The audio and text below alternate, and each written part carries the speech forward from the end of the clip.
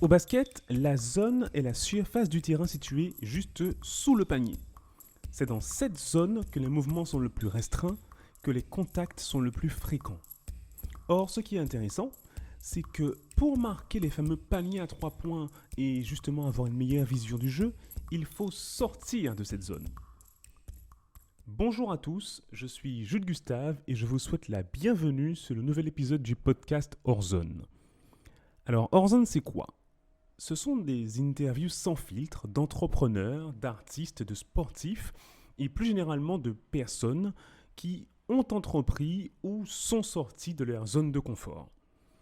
Grâce à ces conversations, je vous propose de décortiquer le cheminement de pensée, ce qui fait leur motivation et leur réussite au quotidien. L'objectif, en fait, c'est de comprendre comment ils font pour ensuite, éventuellement, appliquer ces méthodes à nos propres projets. 13e épisode du podcast, Hélène Fossard du groupe Les Nubians. Moi, c'est un vrai plaisir pour moi de t'interviewer parce que ça fait un bail maintenant que je suis un fan.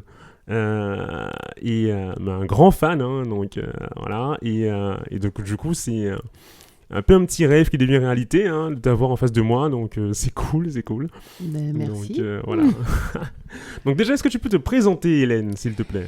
Eh bien, Hélène Fossard, une moitié du groupe Les Nubians, qui est ce groupe qu'on a créé avec ma sœur il y a plus de 25 ans maintenant. Ouais. Avec comme ambition de faire une musique qui nous ressemblait, un truc qu'on n'entendait pas ailleurs et qu'on a défini comme afropéen, Afropean Soul. Et ma foi, et qui nous a amené à voyager, à pas mal voyager, et puis surtout à conquérir les États-Unis, ce qui était absolument pas prévu. C'est ça, c'était pas un objectif au départ. Non. Comment ça arrivait ? Ils ont aimé la musique. Vraiment, au départ, le postulat avec ma sœur, c'était vraiment foutre le bordel dans la musique de France. C'était ça l'objectif. Okay. C'était, on adore le hip-hop. Ouais. On adore la soul, on adore plein de musiques en fait, on adore le zouk, on adore la salsa, on adore plein de musiques, mais on se retrouve pas dans les musiques qu'on écoute, qu'on voit à la télé et tout ça, et on avait envie de faire un truc qui soit à la fois conscient, mais à la fois gracieux, qui soit à la fois fort et puissant, qui te donne quand même de l'énergie et tout ça, et à la fois pas mièvre. Et quelque chose d'international parce qu'on a depuis très jeune on voyage en fait avec nos parents et ça nous semblait important de parler au monde, mais dans notre condition de jeunes femmes franco-camerounaises qui ont des trucs à raconter. Okay. Et il se trouve que la musique nous a amenés plus loin qu'on ne l'imaginait en fait.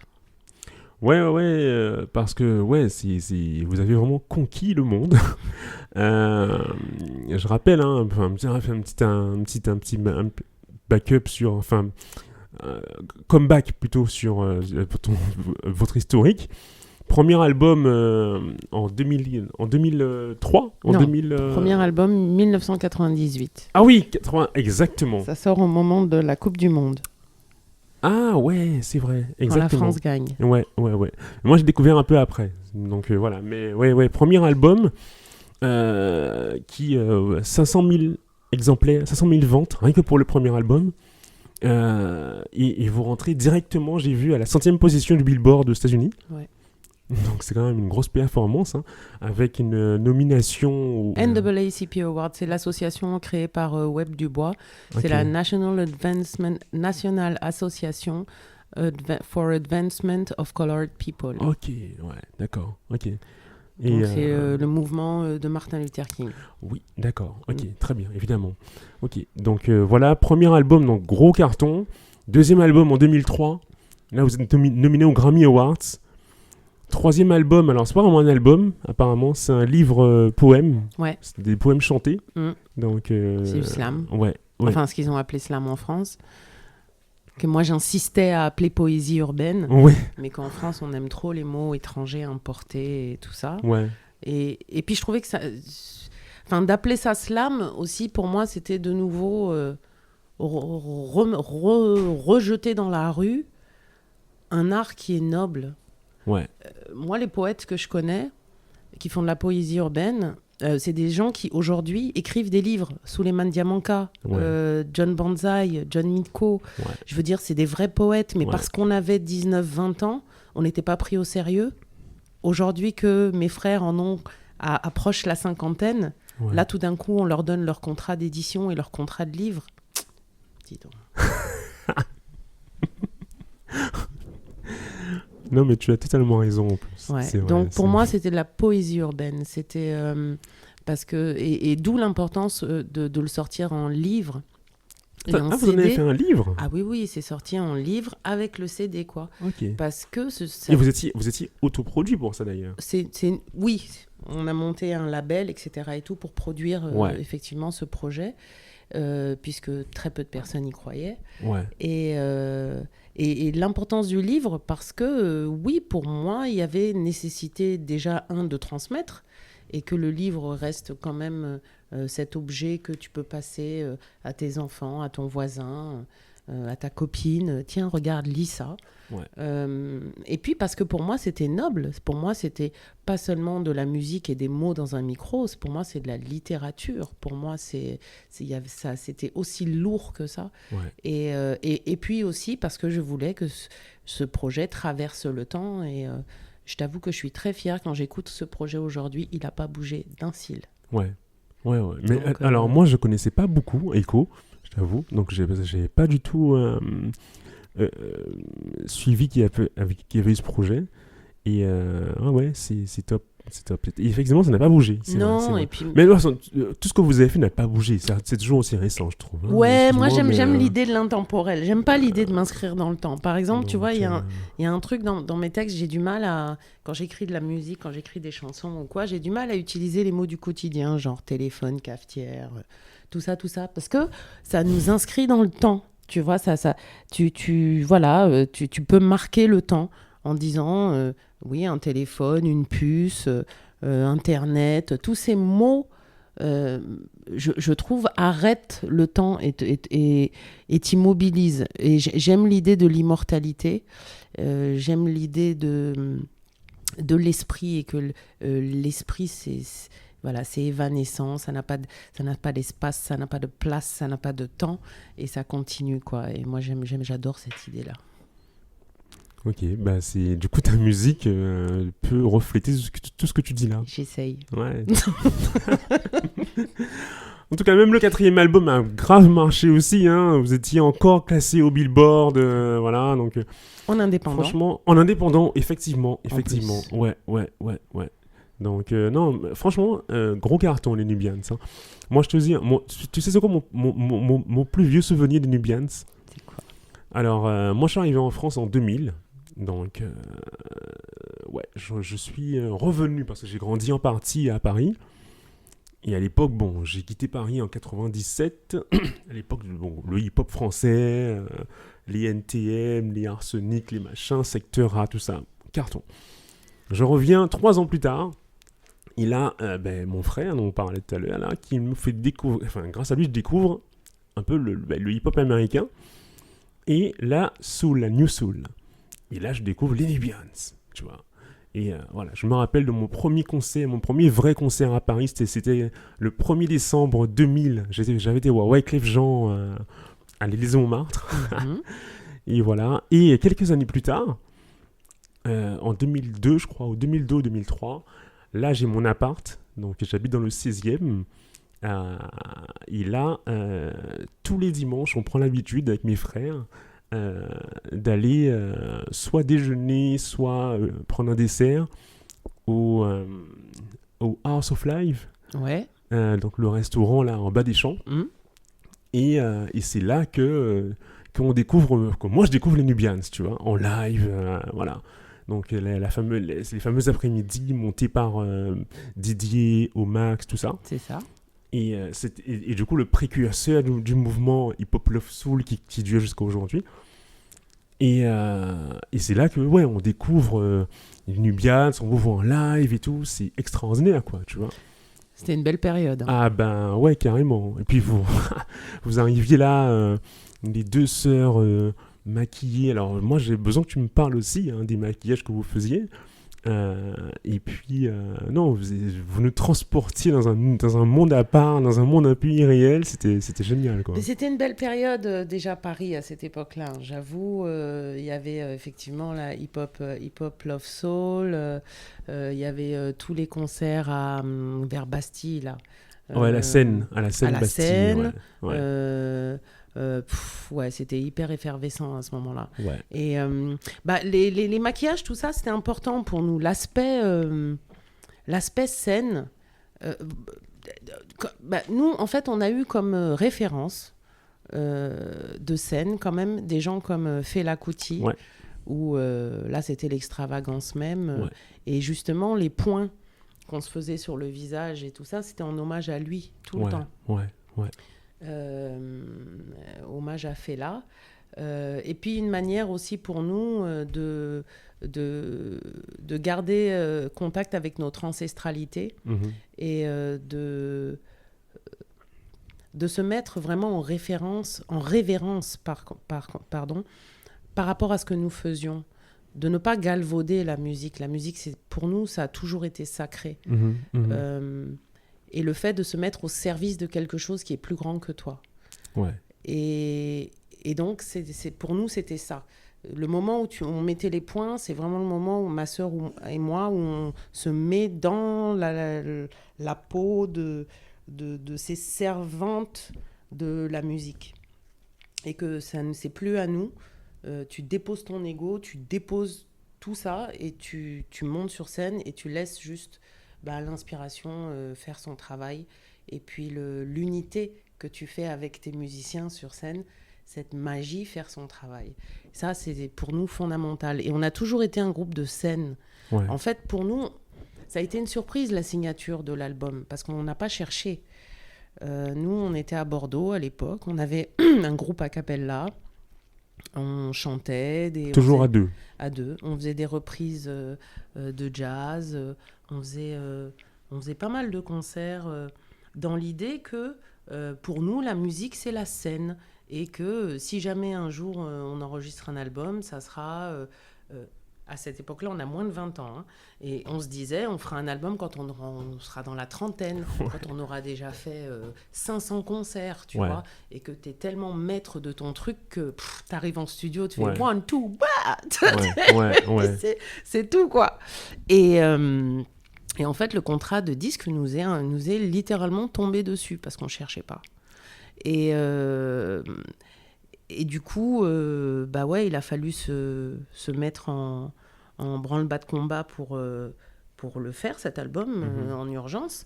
Donc, quand le contrat arrive, vous n'avez pas encore de morceaux... on vous propose de faire un album et vous n'avez pas encore de projet. On a quelques morceaux qu'on a enregistrés comme maquette pour démarcher les salles pour faire des concerts. À ce moment-là, on fait déjà donc ces concerts a cappella. Ouais. On fait des chœurs aussi pour certains artistes. D'ailleurs, on avait fait les chœurs pour Warren G à la télé, pour Taratata, des trucs comme ça et tout ça. Ouais. Mais on n'a pas... non, on n'a pas... on ne démarche pas les maisons de disques pour dire on a un album, voilà. Donc... par contre, on nous invite à faire un titre sur une compilation qui s'appelle Jazz à Saint-Germain. Okay. Et avec des conditions. On nous dit, voilà, nous, c'est Virgin France qui nous convoque, qui dit, voilà, nous, on est intéressés par votre profil pour faire un titre dans une compilation, Jazz à Saint-Germain. La condition, c'est vous chantez a cappella avec une contrebasse et vous choisissez un titre, de préférence Thelonious Monk. Mm-hmm. Donc, on a choisi Round Midnight et on a été enregistré avec Jean-Claude Grenassia, qui est en fait le fils d'Enrico Macias. D'accord, ok. Génial, qui est bassiste, contrebassiste, musicien aussi. Et c'est avec lui qu'on enregistre Round Midnight. Et en fait, ça se passe tellement bien pendant la séance que le directeur artistique qui est là, qui suit la session, l'enregistrement, à la fin de la session d'enregistrement, nous dit à ma sœur et moi, c'était très intéressant ce que vous faites là, vous voulez pas faire un album ? Ouais, c'est bon. Comme ça que ça a commencé. Et là, on a dit, ah ouais, pourquoi pas, auteur, compositeur, interprète par contre. Hein. Ouais. Ah, alors qu'on avait les mains vides, hein, ouais. Tu vois. Mais nous, on a dit, on veut tout. Et à l'époque, moi, j'étais en fac de droit. Ma sœur était en fac aussi, sociaux. Ouais. Moi, j'étais en licence. Ouais. Et en fait, je rentre à Bordeaux. Et c'était au moment de la réinscription. Et je demande un aménagement de mes travaux dirigés qui m'est refusé. Là, on me demande de faire un dossier pour faire appel au doyen.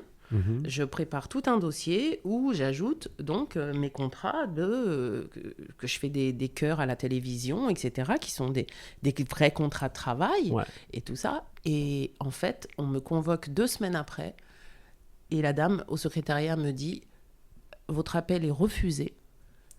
Allez faire votre saltimbanque ailleurs. » C'est comme ça qu'on m'a rendu mon dossier en fac de droit. J'ai regardé la dame. Dans ma tête, je me suis dit, mais c'est un truc de fou. J'ai juste demandé un aménagement des travaux dirigés, quoi, et on me le refuse. À la limite, t'aurais été sportive ou un truc comme ça, t'aurais peut-être accepté, je sais pas, mais là, pour le coup... Ouais, musicienne, ça faisait mauvais genre, quoi. Ouais.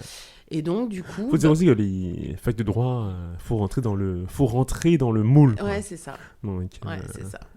Et du coup, comme j'avais une proposition de maison de disques, du coup, j'ai laissé tomber mon année de licence. Et j'ai repris très très vite avec l'aide d'un très bon ami à moi, Patrick Duval, qui est opérateur culturel dans la région Gironde. J'ai été voir Patrick, je lui ai dit voilà, écoute, la fac me met dehors en gros. J'ai un contrat de maison de disques, nous avons eu le culot de signer en tant qu'auteur, compositeur, interprète. J'ai besoin de récupérer mes bases musicales, parce que jeune, j'avais déjà fait conservatoire, tout ça. Et la raison pour laquelle je serai toujours remerciante et redevable à la ville de Bordeaux, c'est que la ville et la région a financé ma formation, comme ça, à Rubis-sur-l'Ongle, en 2 semaines. Ils m'ont trouvé les financements pour pouvoir m'inscrire au SIAM, à l'école de musique vivante de Bordeaux, où j'ai pu suivre un cursus donc accéléré de 8 mois, qui m'a permis de récupérer toutes mes bases, composition harmonique, chant, etc. et tout, qui m'a permis d'écrire Princesse nubienne. Cool ça. Et ta sœur aussi a suivi la même chose ? Non. Elle était toujours en sociaux. Elle était plus jeune que moi à l'époque. Et non, elle n'a pas du tout fait le même cursus. Mais ça nous a permis donc du coup d'avoir la confiance et puis ce qu'il fallait pour pouvoir composer les chansons de l'album, là, du premier album.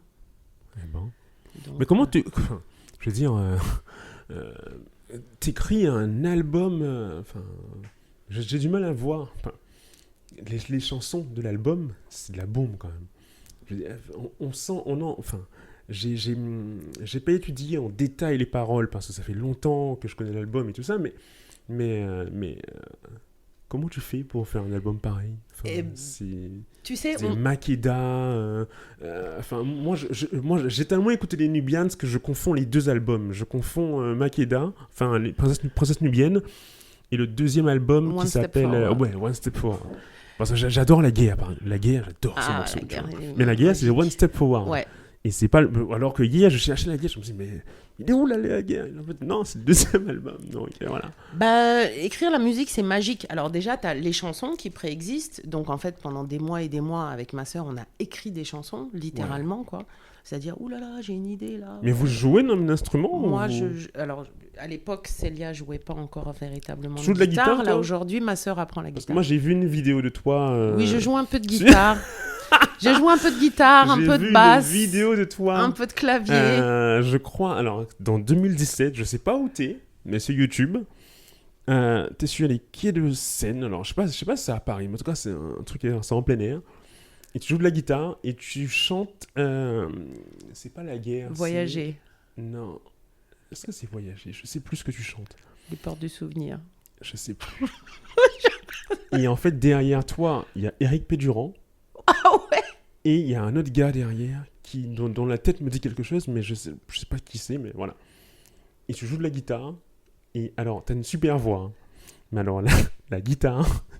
Ah, la guitare, c'est la merde. Oh là là là. Ouais, non, mais... Alors, ça, c'était à Détroit. Ouais, c'est à Détroit. C'était à Détroit, Okay. parce qu'on enregistrait les titres du prochain album, dont Eric fait partie aussi. Et, un album qui va sortir?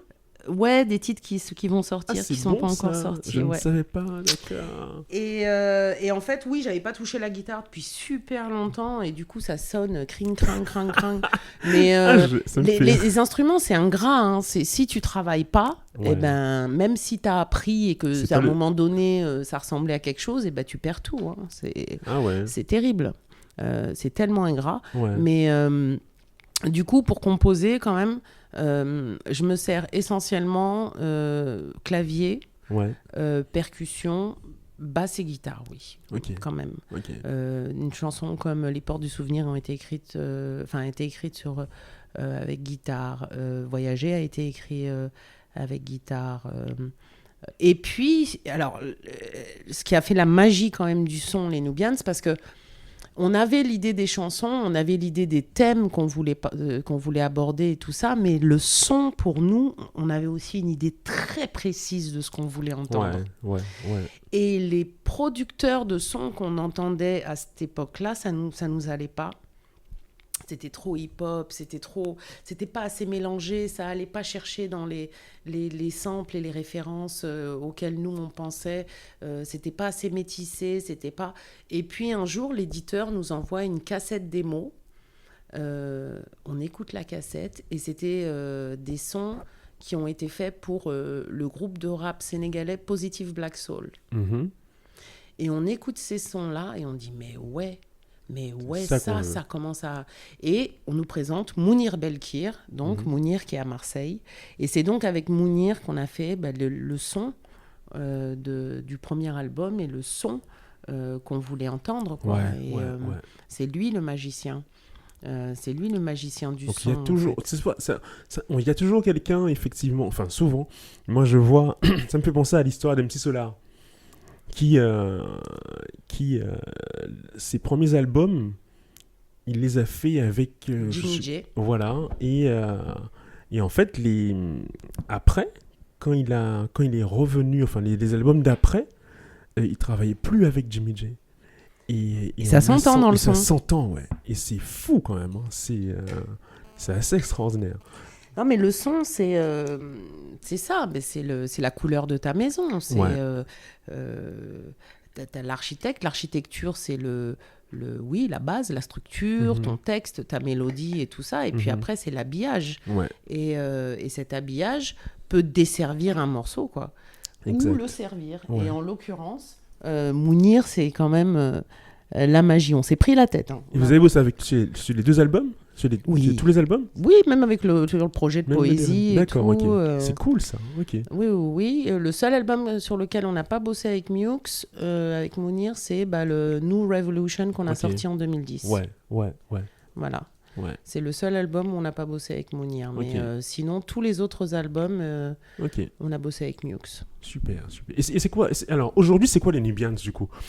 Les Nubians, c'est ma sœur et moi qui continuons à faire des concerts. Là, on était en concert pendant 3 semaines aux États-Unis, juillet dernier, où on a fait... Donc, tu vis encore de ta musique aujourd'hui? Oui, bien sûr. On a été interrompus sauvagement par le Covid. Ouais. Parce qu'en fait, nous, depuis qu'on a quitté en fait, le marché français, le territoire français, les gens pensent que le groupe est mort. Non. Ouais, c'est vrai. Hein, alors, pour ceux qui ne suivent pas, effectivement, moi j'ai toujours suivi un peu, mais effectivement, on n'entend pas du tout parler des Nubians. Vous savez que vous êtes arrivé aussi en 98-99, au bon moment. C'était la New Soul qui arrivait à Paris. Les gros artistes américains aussi arrivaient. C'est l'époque de D'Angelo, d'Erykah Badu, tout ça. Et alors, il faut que tu saches qu'aux États-Unis, on nous considère comme les créatrices de la Neo Soul. Hein. Ah ouais? On est 3 en créateurs de la Neo Soul. C'est Erykah Badu, ouais. les Nubians. Ouais. Et 3e, c'est D'Angelo, ou même il y a quelqu'un d'autre avant. Et c'est un mec. Je crois. J'ai oublié. Ma sœur, là, elle aurait répondu. Bilal, je sais plus. je sais pas. Non. Parce que tout ça, ils sortent leurs albums après. Ouais. En fait. Angie Stone, je crois. Il me semble qu'il y a Angie sur son album, là. Nous, Erika. Angie Stone, c'est quelle année le premier album de Angie Stone? Il me semble que c'est la même année que nous. 98 ou 99. Eh ben, ok. Donc, ouais. Non, mais c'est génial. Mais alors, moi, du coup, j'ai une question parce que... Hop là, qu'est-ce que j'ai fait? Non, c'est bon. C'est bon. Je veux dire, aujourd'hui, là, enfin, vous avez fait... T'as tourné dans le monde entier. Donc, t'as fait des concerts. J'ai la liste, enfin, une liste que j'ai trouvée. Japon, Haïti... Bon, il y a marqué Europe, donc dans plusieurs pays, dans la Caraïbe, Australie, Sénégal, Mauritanie, Kenya, Cameroun, etc. etc. Ouais, Afrique du Sud, Swaziland. Est-ce que tu penses avoir réalisé tes rêves?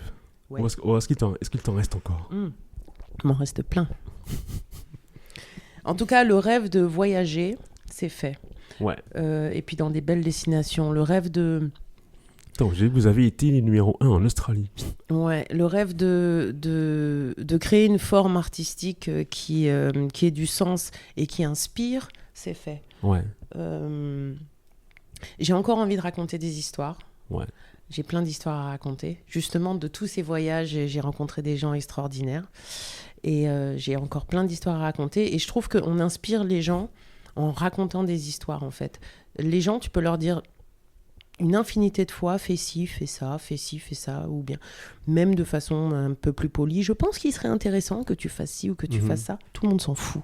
Après, si par contre, quand tu commences à raconter une histoire en disant, ben voilà, j'ai rencontré Nathalie, il lui est arrivé ça, ou bien moi, en fait, dans ma vie, il m'est arrivé ça et tout ça, tout d'un coup, tu as plus d'attention.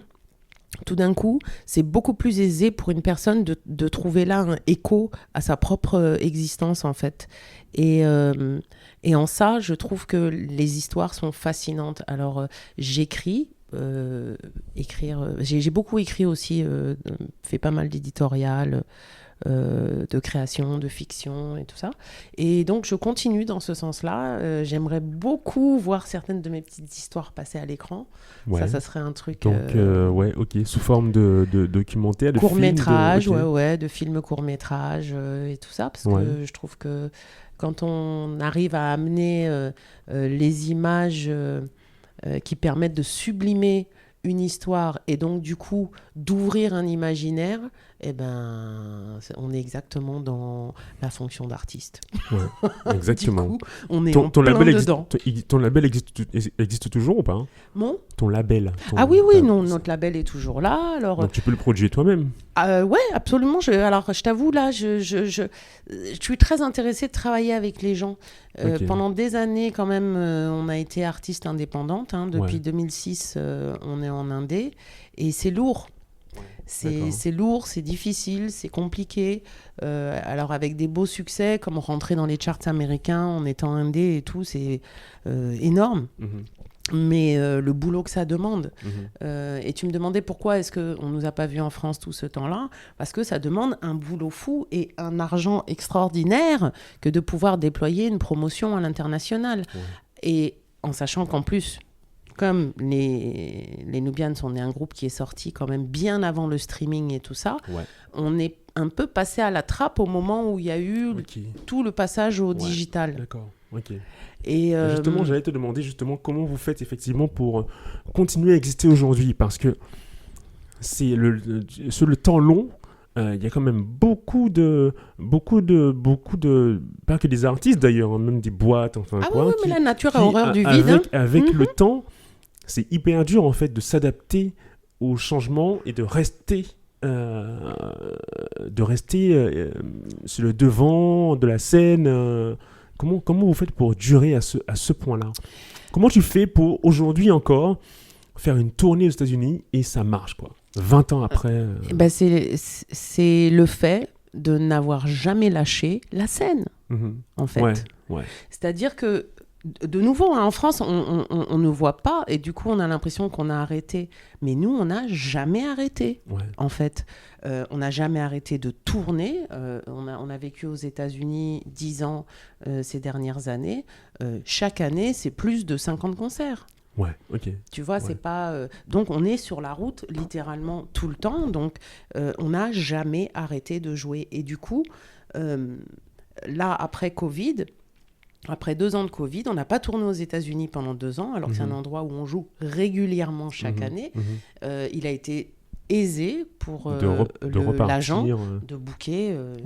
Et la tournée, il l'a booké 2 mois avant qu'on parte sur la route. Donc, vraiment, ça s'est fait un peu, même à la dernière minute, mais ça s'est fait, et avec plein de concerts sold out, en plus. Et je me dis, waouh! Donc, les gens ne nous ont pas oubliés, quoi. 1, les gens ne nous ont pas oubliés. 2, pendant cette tournée, ce qui est quand même assez extraordinaire, c'est de rencontrer tous ces jeunes qui n'étaient jamais venus à nos concerts, qu'on n'a jamais vus, et qui ont découvert les Nubians ces dernières années, ces derniers mois, et qui viennent voir, et qui sont curieux. Et ça me touche profondément, quoi, de voir tous ces jeunes qui arrivent à nous. Et puis, non, vraiment...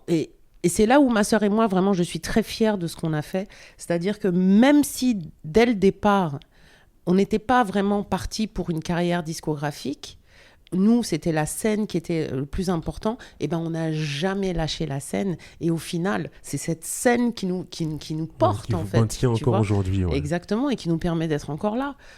Parce que cette scène, on la respecte, on la vénère. Et puis quand vous êtes sur la scène, vous donnez tellement tout aussi que... voilà, quoi, ça se ressent. Mais c'est là où la musique est vie. Ah ouais, non, c'est clair. C'est là où est vie, la musique. Ouais.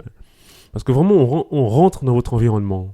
Ça fait longtemps que je t'ai pas vu en live, mais moi, je me rappelle très très bien de scènes où vous nous transportez, quoi. Et c'est rare d'avoir des artistes qui te transportent à ce point, musicalement et scéniquement parlant. Donc c'est vraiment top, quoi. Bah, merci. Ouais. Mais du coup, tu fais quoi en Guadeloupe? Parce que je veux dire, tu es né où? Je suis née à Paris. Tu es né à Paris. J'ai grandi au Tchad. Ouais. Père français, mère camerounaise, grandi au Tchad. Et à Bordeaux aussi, du coup. Et à Bordeaux, bien sûr. Et qu'est-ce que je fais en Guadeloupe? Bah ouais. La Guadeloupe, pour moi, c'est une très longue histoire. C'est une histoire qui commence d'abord très jeune.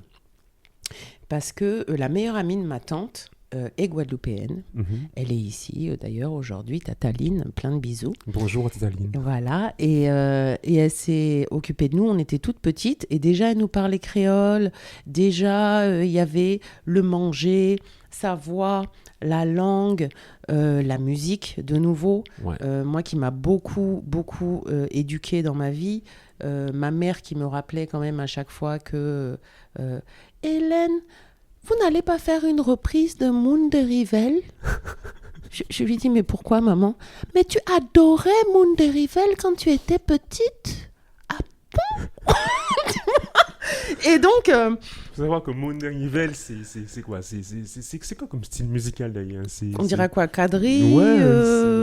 Enfin, elle a fait... C'est quelle année? C'est années 70? C'est quelle année? Moon de Rivelle, c'est une star quand même d'années 60, 70, 70.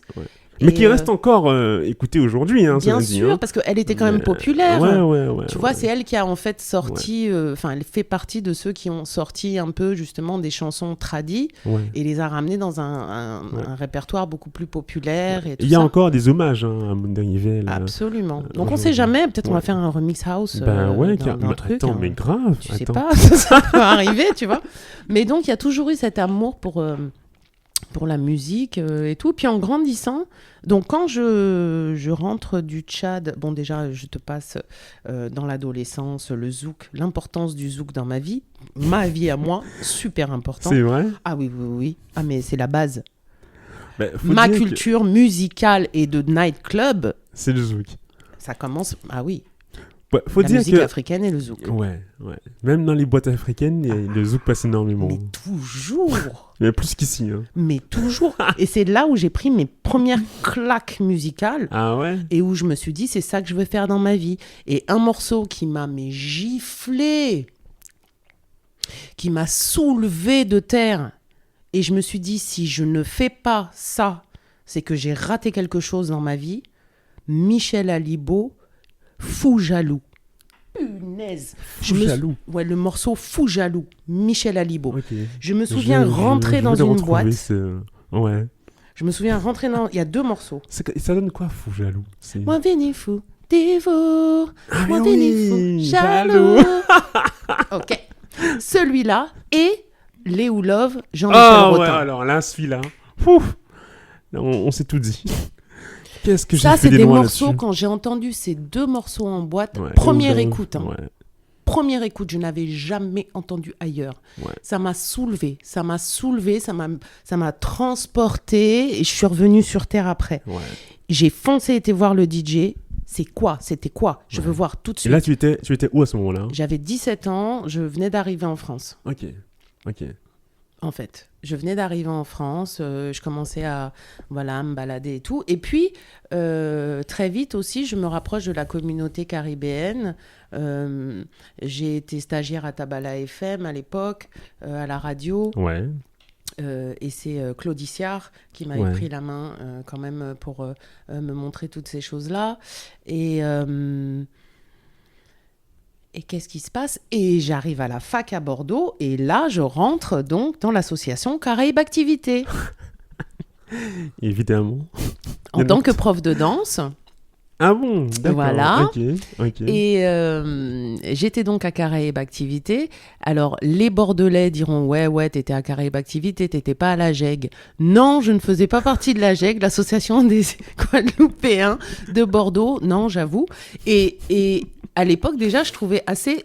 J'imagine intéressant la dissidence. Bordeaux, déjà, à la fac, j'étais quand même assez...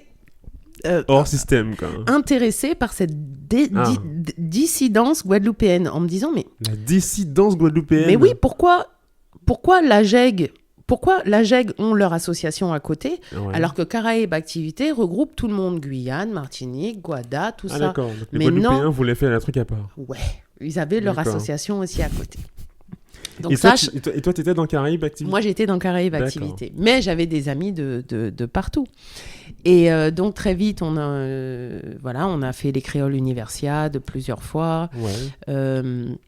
Et tout ça. Et donc, de nouveau, les Caraïbes sont là, autour de moi, dans la culture que je vis tous les jours, à la fac. La musique est toujours là. Et puis... on en arrive finalement avec ma sœur à faire de la musique aussi.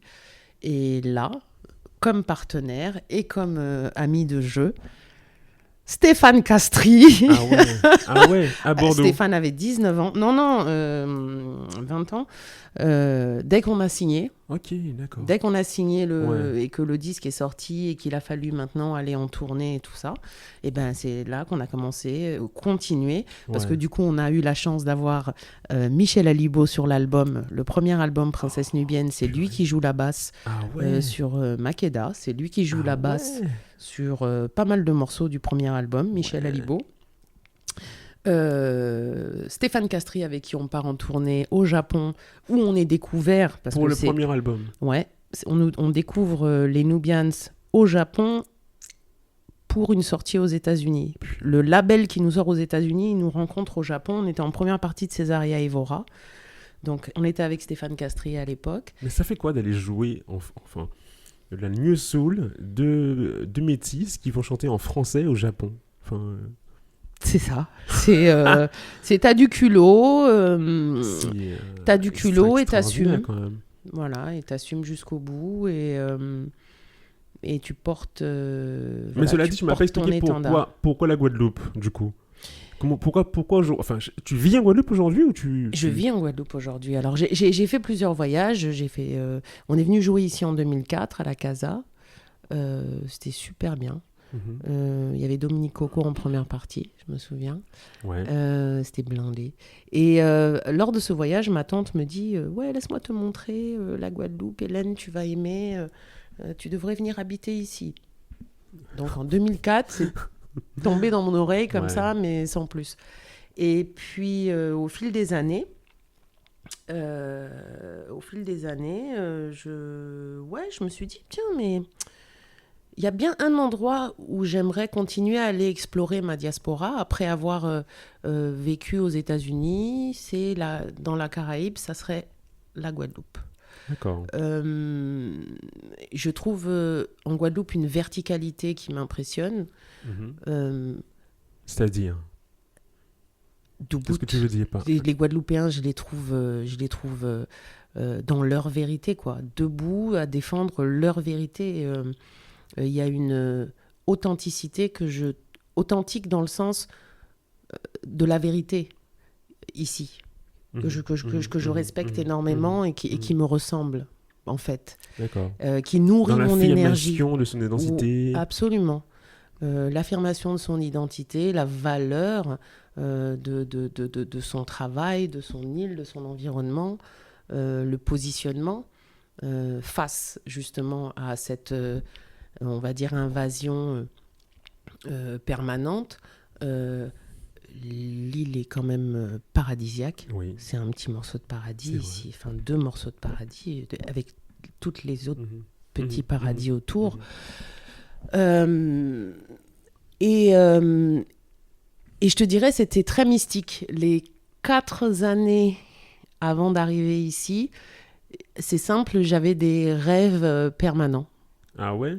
En fait, des visions permanentes. Et je voyais à chaque fois, très souvent, après j'ai eu un autre rêve que j'ai vu en fait ici, matérialisé.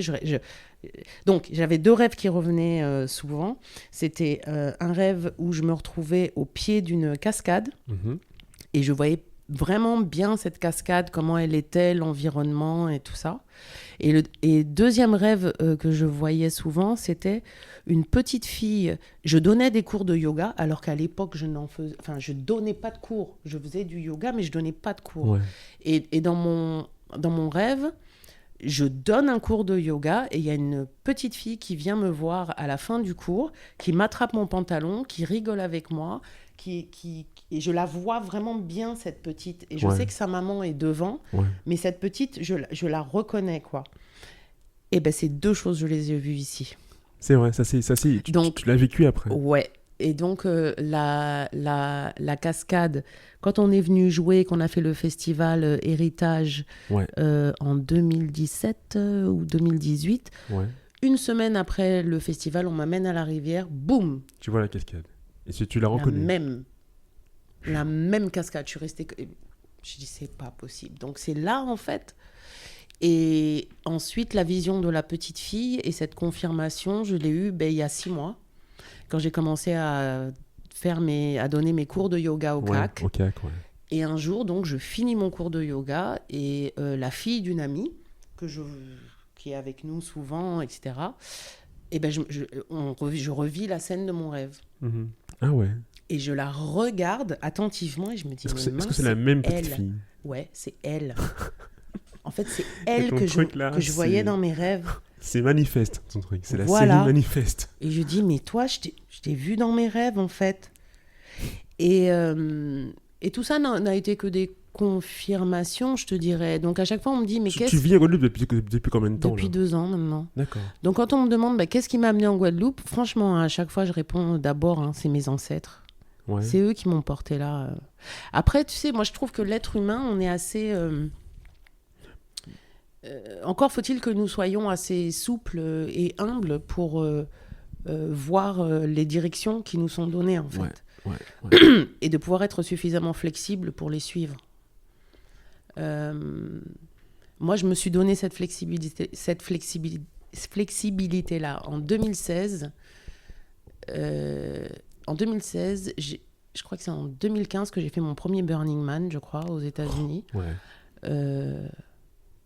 Ça a changé ma façon de voir le monde. Ça a tout changé pour moi. Du coup, en 2016, je retentis plus dans le monde pareil. Je suis plus intéressée par moi. Dans le sens, moi, qu'est-ce que j'ai envie de faire ? Je suis intéressée dans le sens de comment est-ce que je sers le mieux mon environnement aujourd'hui, quoi. Et là, j'ouvre les yeux et je me dis, mais il faut que je parte des États-Unis. C'est pour moi, c'était tu habitais évident. Encore aux States à l'époque. J'habitais encore aux States. Et je me disais, mais je ne contribue pas à la hauteur de ce que je suis censée faire ici. Tu as trouvé ça en Guadeloupe ? Ouais. Je comprends tout à fait ce que tu dis. Tu vois ce que je veux dire? Ouais. Et d'autant plus que, alors, ça me fait arriver au chapitre du CAC, donc le Centre des Arts. Donc voilà, le Centre des Arts, je sais que tu es très impliqué dans le Centre des Arts, de ce qui se fait en ce moment. Il faut savoir, bon, pour ceux qui ne savent pas, que le Centre des Arts, c'est une salle de concert, un lieu culturel mythique en Guadeloupe, qui est fermé depuis plus de 10 ans aujourd'hui pour travaux. Et les travaux n'ont jamais... s'ils ont commencé, je ne sais même pas. Mais voilà, et en fait, il y a 2-3 ans 2 ans 1 an. 1 an. 1 an et des 3 artistes, mois maintenant. ouais, des artistes de l'ANG. De l'ANG, du groupe politique ANG. Exactement. On investit le lieu et on en fait un gros squat d'artistes. Mais c'est un mouvement très politique au final, puisque ils revendiquent un peu ils questionnent en fait le statut de l'artiste en Guadeloupe et aux Antilles, parce que voilà, il y a pas de reconnaissance, il y a aucune structure pour eux pour s'exprimer, il n'y a aucune industrie vraiment artistique développée sur le territoire, alors qu'on a un terreau de ça fait mal, le potentiel extraordinaire. Je veux dire, quand on voit ce qui se fait là-bas, et voilà. Donc, tu penses que c'est comme ça, toi, que tu amènes ta pierre à l'édifice, du coup? Ouais, enfin, en tout cas, ça fait partie de là où, en tout cas, j'ai le sentiment d'être utile. Ouais. J'ai le sentiment de contribuer, j'ai le sentiment que ce que j'ai fait et ce que je fais a du sens. Ouais.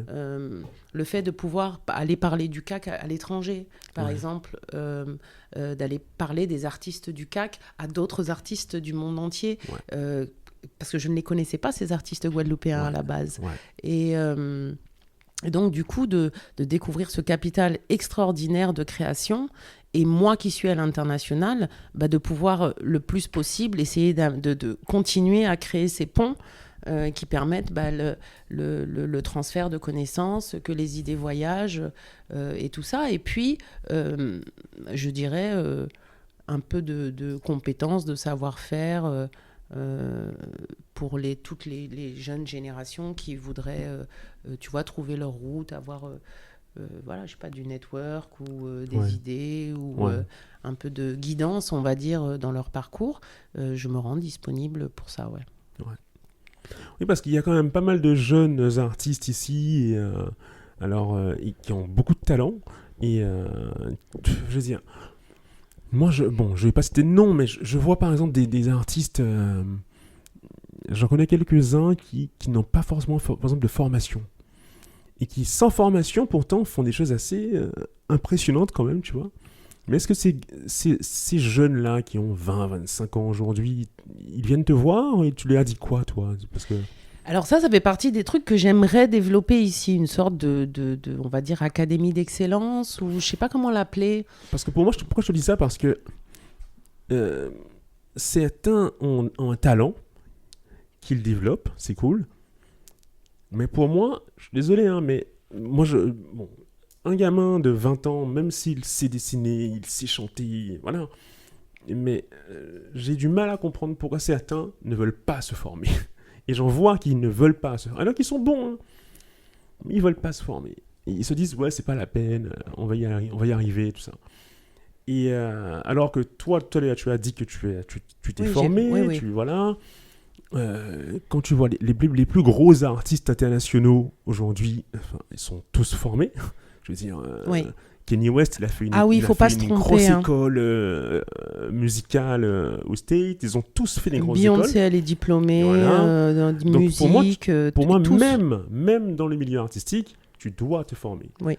Et voilà, tu vois, alors, pourtant, il y a des choses qui se font. En plus, en Guadeloupe, il y a vraiment beaucoup d'initiatives. Aujourd'hui encore, je sais pas si tu y vas tout à l'heure, mais il y a le vernissage là, de la résidence Green Hostel ce soir, là. Il y a une dizaine d'artistes depuis 9 semaines. C'est cool, tu vois. Mais c'est comme c'est pareil que dans l'entrepreneuriat. Qu'est-ce qui manque à nos artistes pour level up, quoi, tu vois, comment faire pour avoir un artiste ici touche le sommet, qui va dans le monde, qui... Moi, je te dirais d'abord la vision, parce qu'on ne s'improvise pas. De nouveau, tout part de la vision, quoi. Je veux dire, on te dit qu'il faut regarder les étoiles... pour toucher le soleil. Tu vois, viser la lune pour atteindre les étoiles. Voilà, c'est ça, quoi. Donc déjà, il faut avoir une vision. Mais c'est pas seulement une vision rêvée, une vision appliquée. Ouais, c'est ça. C'est-à-dire que, tu vois, ton monde artistique, ça veut dire que tu le testes déjà, il existe déjà. Ton univers, il existe rien que par ta personne en présence. T'arrives quelque part... Tu amènes ton univers avec toi. Tu n'as pas besoin d'arriver quelque part et de dire « Oui, alors, moi, je t'explique, mon univers, c'est 0. Nul. » Next. Donc, déjà, il faut que ce soit suffisamment projeté et incarné. Une fois que tu as ça, ensuite, c'est le travail d'équipe, la rigueur et tout ça. Mais encore une fois, c'est un métier. Et en France, malheureusement, on ne transmet pas ça. Aux États-Unis, ils travaillent ça. Une Alicia Keys, une Her, une toute. À partir du moment où il a été identifié que ces jeunes filles allaient être chanteuses professionnelles, à 12 ans, elles ont été prises en main pour devenir ce qu'elles sont aujourd'hui. Elles ont et les cours techniques de musique, etc. et tout, mais elles ont aussi les cours de business, s'il te plaît. Elles ont tout. Après, il me semble qu'Alicia Keys, ses parents sont dans le business, non? C'est pas une histoire comme ça? Alicia Keys ou Beyoncé? Alors, Alicia, Beyoncé, c'est Alicia, oui. Beyoncé, oui. Beyoncé, Alicia, elle a son son... oncle, Voilà. Mais Alicia tante, aussi, je crois. Oui, qui est VP, qui était senior VP dans une boîte une maison de disques et tout. Donc, Ok, mais ça change rien sur le fait que aux États-Unis, il y a quand même un training. Tous les facteurs sont pris en compte. Et les facteurs physiques, les facteurs de ta santé mentale, ton équipe, etc. et tout. En France, non. En France, c'est vraiment un truc, c'est une omerta. On ne parle pas de ces métiers-là. On en parle très peu. Et en fait, c'est comme si chez nous, c'était tout à fait normal que les enfants d'eux, tu vois, aient la connaissance de tout. Parce que comme leurs parents ont vécu ça, eux, ils savent. Mais les autres ne sauront jamais. Et c'est comme si aussi, on ne peut pas trop parler. Parce que si on parle trop, on nous tape sur les doigts. Tu vois, le coup de, je ne sais pas si vous avez déjà entendu ça en France, mais nous, les Nubians, on a entendu ça, on a trop entendu ça. Le fait d'être blacklisté en France, par exemple, parce qu'on parle trop. On dit trop de choses sur notre métier. Sur ton métier? Sur notre métier de la musique. D'accord. Et donc, du coup, comme on révèle trop de choses, on nous blacklist. Donc, il y a des situations comme ça où beaucoup d'artistes, en fait, on ne grandit pas, finalement, parce que on a peur d'être puni parce qu'on transmet nos histoires ou notre expérience et tout ça, ce qui est quand même dramatique, quoi. Mais ça vient de qui? C'est les maisons de disques, c'est le système des maisons de disques, le système, on va dire, le système tout à fait népotique de l'entertainment français. Fou, ça. En France, vas-y, amuse-toi à cracher sur Nagui, on va voir si tu vas faire de la télé demain. Tu vois ce que je veux dire? N'importe quel animateur ou jeune animateur, il dit « Ouais, mais non, mais moi je trouve que Nagui, c'est fini pour toi ta carrière, frère. » Mais c'est pas normal, parce que jusqu'à preuve du contraire, liberté d'expression. Mais non. Voilà, donc nous, on est sur un autre système. Tu peux faire ça aux États-Unis? Tu peux? Bien sûr, aux États-Unis, regarde, ils parlent tous les jours, non? Ça les empêche pas de... Bon, ils sont pas 50 millions aussi, ils sont 350 millions. Voilà, 350 millions, donc c'est pas du tout le même ratio. Ouais, c'est ça. Mais oui, c'est quand même... Enfin, je veux dire... C'est différent dans la mesure où, quand même, il y a la culture de l'entertainment. De nouveau, il y a cette petite histoire qui raconte que quand Puff Daddy a reçu son contrat, le premier contrat qu'on lui a proposé pour qu'il fasse un album en maison de disques, c'était qui le mec en face, j'ai oublié son nom, il lui dit, voilà le contrat, prends le contrat, va voir ton avocat. Puff Daddy a dit, j'ai pas besoin d'aller voir mon avocat. Il a lu le contrat comme ça, il lui a jeté dans la figure en lui disant, tu vas pas nous faire signer les mêmes contrats que tu as fait signer à Ray Charles. Donc ça veut dire que, en gros, dans la culture afro-américaine, la culture des contrats, elle avait déjà été faite. Tu imagines ? C'est-à-dire que toute cette génération-là avait déjà eu l'occasion de se pencher sur la question de la carrière de leurs aînés. T'as vu ça où en France, toi ? Est-ce que Manu Dibango, c'était mon parrain. Est-ce qu'un jour, il m'a montré un de ses contrats ? Je lui ai dit d'ailleurs, je lui ai dit, tonton, tu nous aides pas. T'écris un livre comme de je sais plus combien de kilos de café où tu racontes ton histoire de arrivant en France, tout ça, génial quoi. Mais au final, pour ce qui est de la carrière du disque, les mêmes trous dans lesquels tu es tombé en 1964, je retombe dans les mêmes trous moi-même en 2003. Est-ce que c'est normal ? Ouais, c'est vrai. Donc... C'est terrible ça. Hein. Et on l'a vu dans le rap par exemple en France. Des artistes rap des années 95 qui se sont fait comment dire ça, niquer, tout simplement. MC Solar, tu vois, c'est extraordinaire. Entre autres. Claude qui a eu l'audace de vouloir attaquer sa maison de disques. Ouais. C'est chaud. Qui a eu l'audace d'attaquer sa maison de disques. On lui a fait payer ça durement. Ah, mais il a payé, hein, ça, purée. Un autre qui a eu l'audace d'attaquer sa maison de disques et qui s'est retrouvé à chaque fois. C'est marrant parce que quand tu regardes la presse, finalement, tu as toujours des effets d'annonce de oui, tel attaque sa maison de disques, machin, mais tu n'as jamais la fin du fin du procès ou la fin de... Et qu'est-ce qui a été décidé, quoi ? C'est Johnny Hallyday. Johnny, quand il a attaqué Universal pour récupérer ses masters. Ah, mais oui, c'est vrai ça. Mais attendez, il y a des histoires. Hein. Mais Johnny, en plus, Johnny vivait. Oh là là, moi j'avais entendu dire que Johnny, les mecs, ils vivaient la grande vie, ils s'occupaient absolument de rien du tout. Et les mecs, ils lui ont dit, ah bon, tu veux récupérer tes masters ? Mais tes masters, c'est des masters qui datent de 50, 60 ans. C'est ça ne lui appartenait pas. Que pour pouvoir les avoir, en fait, physiquement, pour pouvoir, il faut qu'ils soient dans des frigos à je sais pas combien de degrés et tout, pour que les bandes elles restent en bon état, parce que sinon les bandes elles se détériorent. Le coût de ça. Donc ils lui ont dit, ah bon, c'est ça que tu veux tes bandes ? On va te les rendre tes bandes.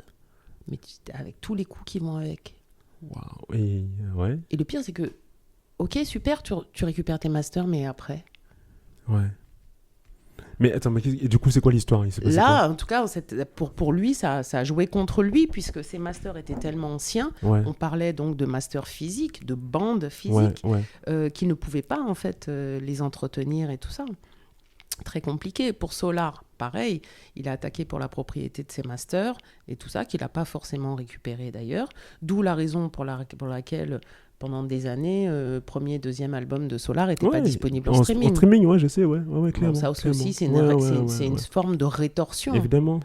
Pourquoi ? Mais c'est là où tu te rends compte de mais qui fait ça et pourquoi ? Tu es producteur, tu as investi de l'argent, et pour punir quelqu'un, tu vas décider, toi, en tant que producteur, de ne pas recouper ton argent et de ne pas gagner d'argent pour que l'autre, il n'en gagne pas non plus. Non, mais t'as vu ça Oui, parce que du coup, le producteur aussi ne gagne pas d'argent. Mais bien sûr. Évidemment, mais ouais.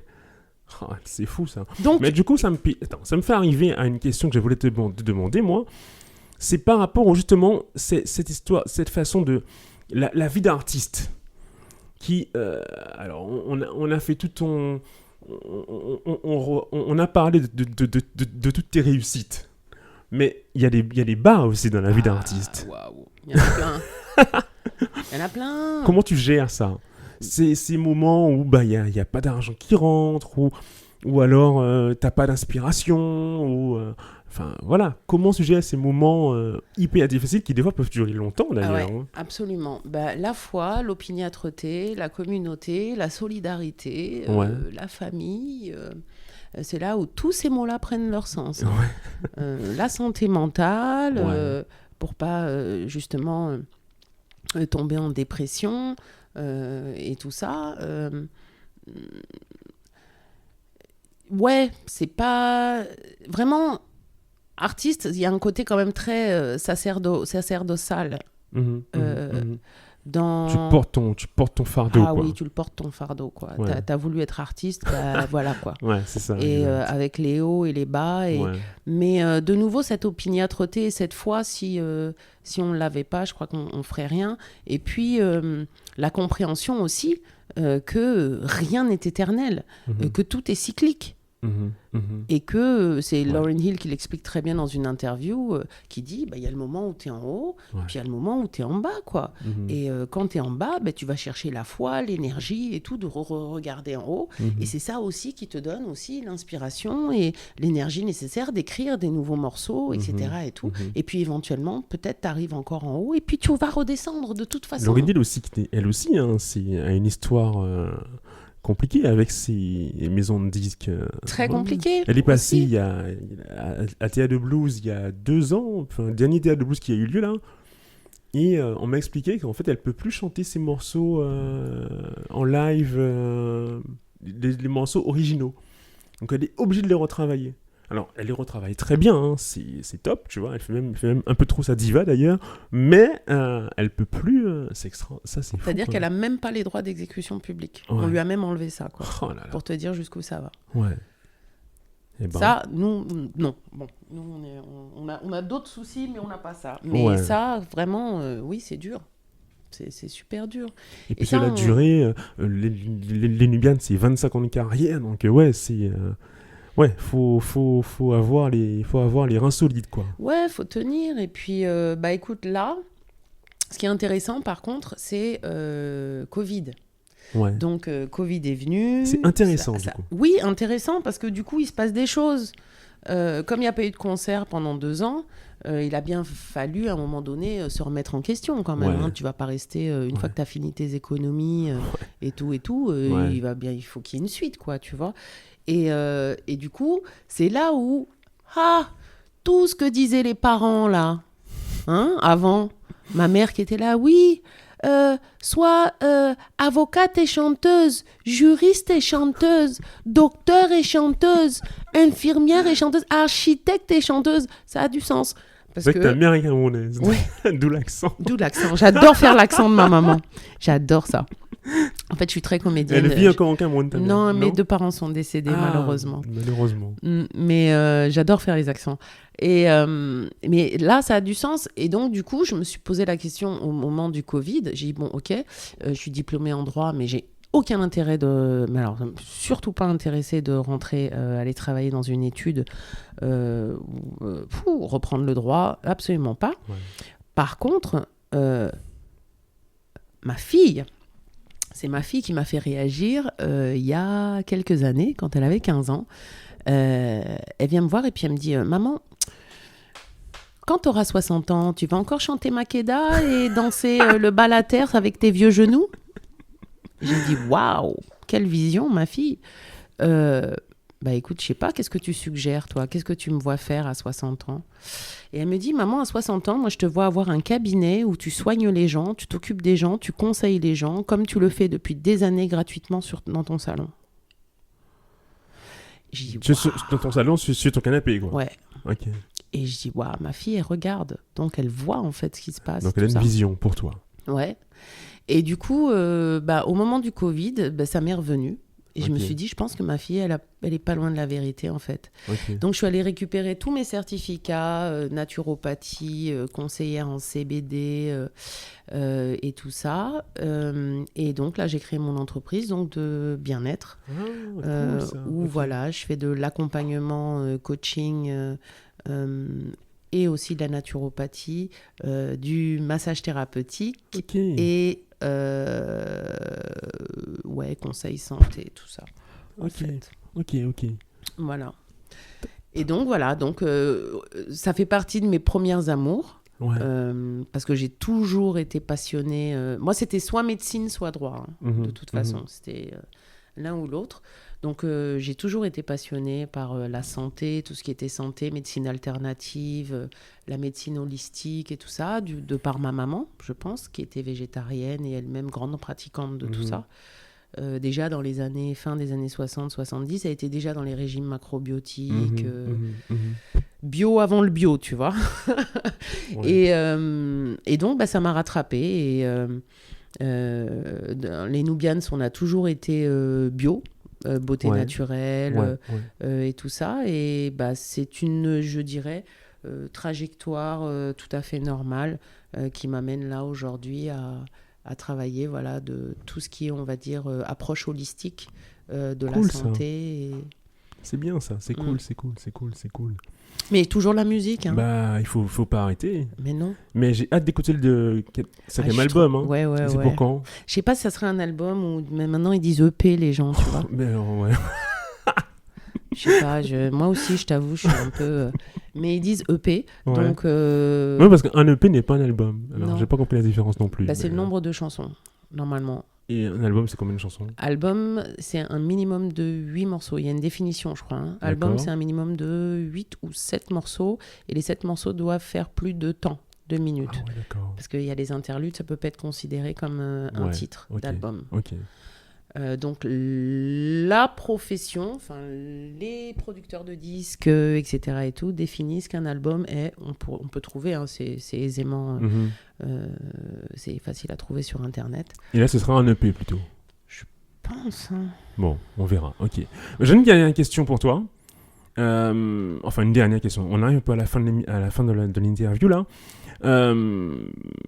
C'était quoi ma question? Ouais. Je voulais savoir, au niveau des aspirations, tout à l'heure, tu m'as parlé de les racines, tes ancêtres qui t'ont amené en Guadeloupe.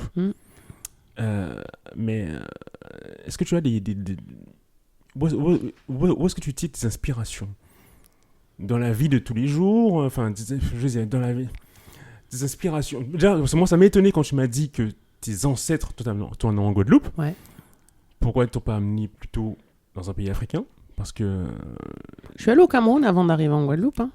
D'accord. J'ai fait un petit voyage avant d'arriver ici. Ok. Attends, c'est pour ça, je pourrais en écrire un bouquin, mais littéralement, je savais que ma période américaine était terminée. Ouais. Et vraiment, j'étais dans l'idée, je veux continuer mon voyage diasporique. Est-ce que ça passe par rentrer au Cameroun? Je suis allée au Cameroun. J'y ai passé 10 mois. Okay. Le Cameroun n'est pas prêt pour moi. Hélène n'est pas prête pour le Cameroun. Je suis désolée. Tu vois, mon pays, il est corrompu jusqu'à la moelle, avec un état d'esprit très compliqué. Ouais. On peut dire ce qu'on veut. Je l'adore, hein, mon pays, mais c'est pas possible là pour moi aujourd'hui de vivre au Cameroun. Je sais même pas si c'est une destinée qui est mienne. Ouais. Peut-être que ça a beaucoup changé le Cameroun ces derniers temps. Attends, non, c'est pas le Cameroun. Je confonds Cameroun et Mali, peut-être. Mais c'est pas... Non, c'est Mali. Hein, c'est le Mali qui a dû beaucoup changer. Parce que le Cameroun n'a pas beaucoup changé en substance. Toujours le même président depuis 35 ans. Donc je vois pas très... C'est Bongo Biya. Ah oui, Paul Biya. Ok. Je ne sais pas quel changement il y a pu avoir important au Cameroun que je ne suis pas au courant. Non, je ne vois pas. Et puis, tu sais, personne n'a écrit que... parce que c'est ta terre, parce que c'est la terre de tes ancêtres, c'est la tienne. Ouais. Ça, c'est un truc, cette espèce de déterminisme culturel ou de naissance, n'a pas... Pour moi, ça n'a pas de sens. Ouais. Vraiment. Et donc, du coup... Je suis très d'accord avec ça aussi. Ouais. C'est... de nouveau, hein, tu vis là où tu es bien, Exactement. Et tu es même, tu es d'où tu décides que tu es. Exactement. C'est-à-dire que le Cameroun, pour moi, c'était difficile dans la mesure où, à un moment donné, pour pouvoir survivre au Cameroun, le pays m'obligeait à être quelqu'un d'autre que moi-même. C'est-à-dire à devenir une personne très désagréable, qui gueule tout le temps. Parce que si t'es trop gentil, on te marche sur les pieds. Et donc à devenir quelqu'un qui n'est pas toi. Mais non, je vais pas me pervertir pour vous tous. Par contre, là, c'est impossible, quoi. Je vais pas commencer à devenir égoïste parce que dès que je pose mon paquet de cigarettes sur la table, vous êtes 50 à vouloir me fumer mes clopes, quoi. Je peux pas être en réaction dans ma vie. Je veux être en action, pas en réaction. Et quand les énergies, à un moment donné, te poussent à être la personne que tu n'es pas, eh ben, tu bouges. Et du coup, Après, j'imagine qu'il y a plusieurs Cameroun, plusieurs façons de le vivre. C'est peut-être ton expérience, je sais pas. Moi, j'ai jamais été au Cameroun, donc voilà. Mais l'Afrique est très compliquée, le Cameroun encore plus. Et je te dirais que pour un Africain, il est sans doute plus aisé de vivre dans le pays dont tu n'es pas que de vivre dans le pays d'où tu es. Parce que tout d'un coup, tu deviens responsable de tes familles et de tes lignées. C'est ce qu'on dit. Et que ça devient très lourd, très vite. Je sais, c'est aussi vrai pour... alors, ce ne sont pas les mêmes déterminismes aux Antilles, mais beaucoup d'Antillais vivent mieux leur antillanité à l'extérieur qu'aux Antilles. Hein. Je peux comprendre. Donc, voilà. Je peux comprendre. Ouais. Après, je te dirais que je comprends, mais est-ce que c'est normal ? Ah bah ça, je ne sais pas. Moi, ça a longtemps été mon gars. Hein. Ça a longtemps été mon gars, et puis au final, je pense que la Guadeloupe a beaucoup changé. Donc aujourd'hui, je suis bien. Mais faut dire aussi que je suis arrivé ici, je pense que j'avais un âge où j'étais suffisamment mûr pour m'adapter. Je pense qu'il y a une époque où j'aurais pas du tout pu m'adapter.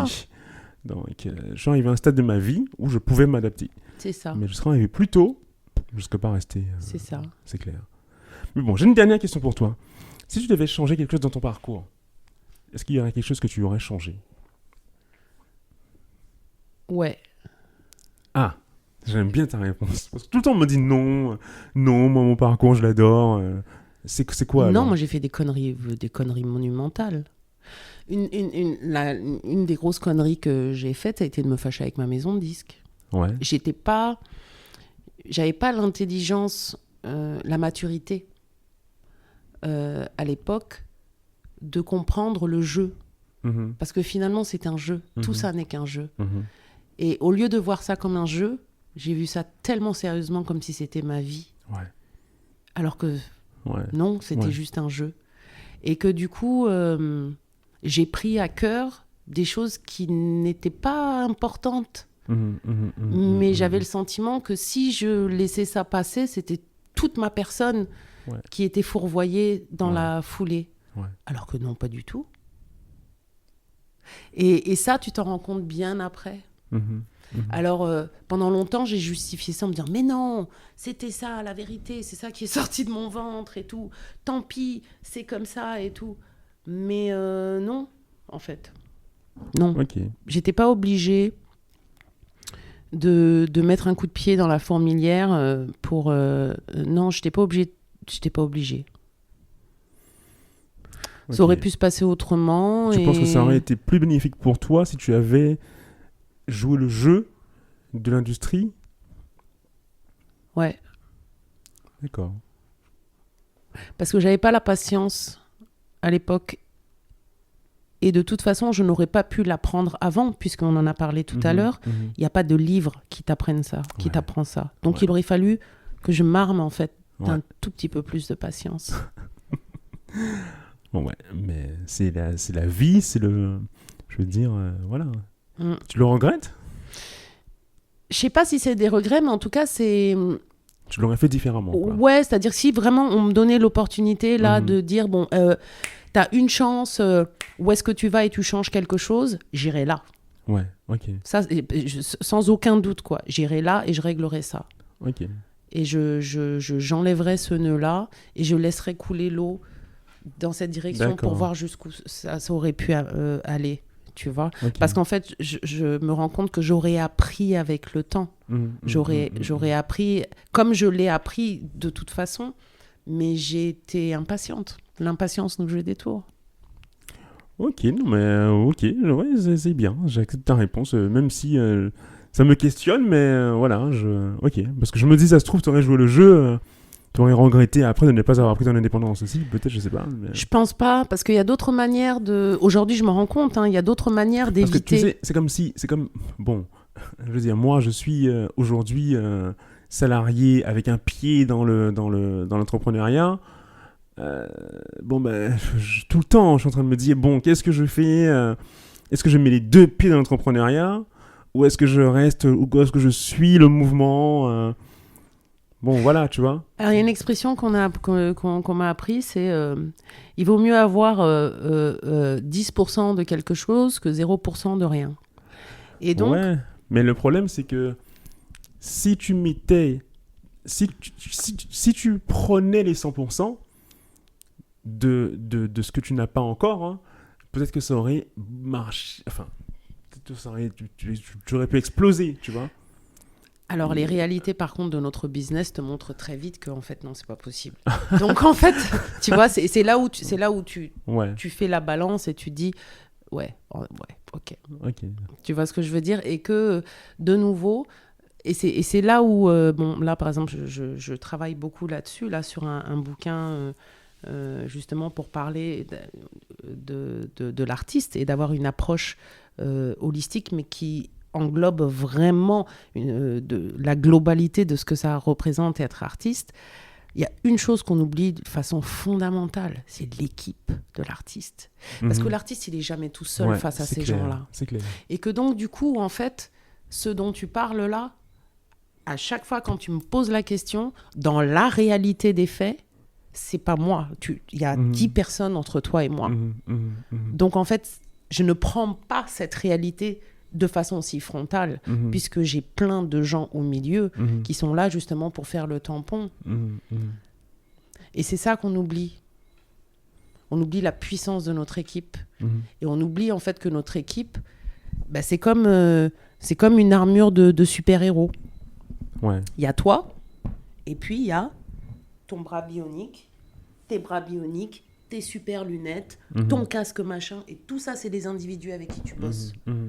Et en fait, du coup, t'es plus vulnérable, cette petite chose vulnérable que tu penses être. Et ça, je l'ai appris avec le temps. Et si aujourd'hui, vraiment, j'aimerais avec bonheur accompagner des nouvelles générations d'artistes, etc., ça fait partie des leçons, ça fait partie des choses sur lesquelles on va travailler, qui ne fassent, j'espère, pas la même erreur que moi. Super, très bien. Et où est-ce qu'on peut te contacter alors, du coup, Hélène ?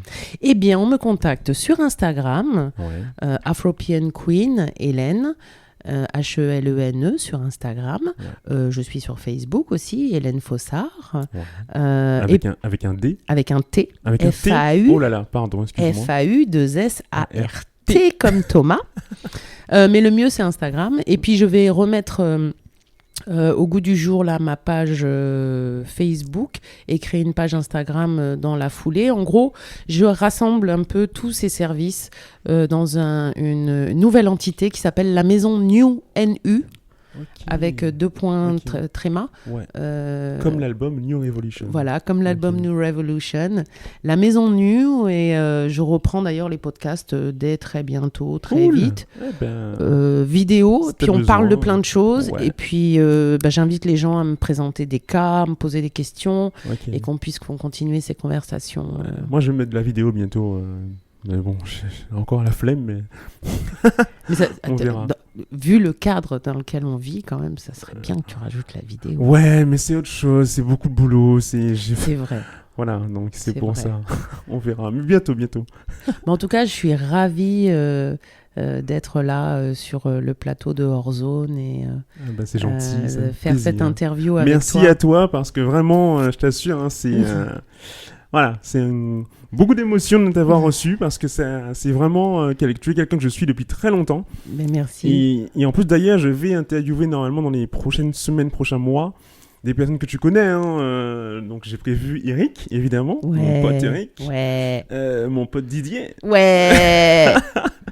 Donc voilà, ça va, on va parler de tout ça encore. J'avais même pensé d'ailleurs à vous mettre toi et Didier en même temps, mais ça aurait été marrant. Faudrait que je commence à faire des trucs un peu... Oui, en commun. Je trouve que c'est pas mal aussi. Donc, eh bien, super. Eric, que j'espère vous allez pouvoir entendre très bientôt sur nos morceaux. Mais on a quand même sorti un titre de tous les titres issus du EP. Le titre s'appelle Liberation. Qui est sorti Libération. Ah bon ? Il est sur notre chaîne YouTube. Il est disponible sur notre Bandcamp. Ok. Et dans les chœurs, qui chante avec nous ? Eric Pédurin. Oh. Ah ben, j'irai écouter ça, tiens. Ok, d'accord. Génial. Ouais. Ah ben, super. En tout cas, merci beaucoup, Hélène. Ben, merci beaucoup. Bonne continuation à toi. Merci. Et si tu as besoin d'aide pour tes podcasts, n'hésite pas. Moi, je peux te... Voilà. Super. Eh bien, merci. Ça ne tombe pas dans l'oreille d'une sourde, yes. Je peux te le dire. Ah ben, super. Eh bien, à bientôt alors. À très bientôt, ouais. Merci. Eh ben, super. 1h19. Ah mais tes trucs en général c'est ça, hein. 1h13, 1h12, moi chaque fois je me dis que j'essaie de garder 3 quarts d'heure, en fait j'arrive jamais. Cette interview est à présent terminée, merci beaucoup d'avoir passé tout ce temps avec moi, j'espère sincèrement que ça vous a plu. Si c'est le cas, alors n'hésitez pas à vous abonner au podcast si ce n'est déjà fait, à liker, à commenter les publications sur Instagram, sur Facebook. Je vous donne rendez-vous très bientôt pour un nouvel épisode de Hors Zone. Et d'ici là, prenez soin de vous. Salut!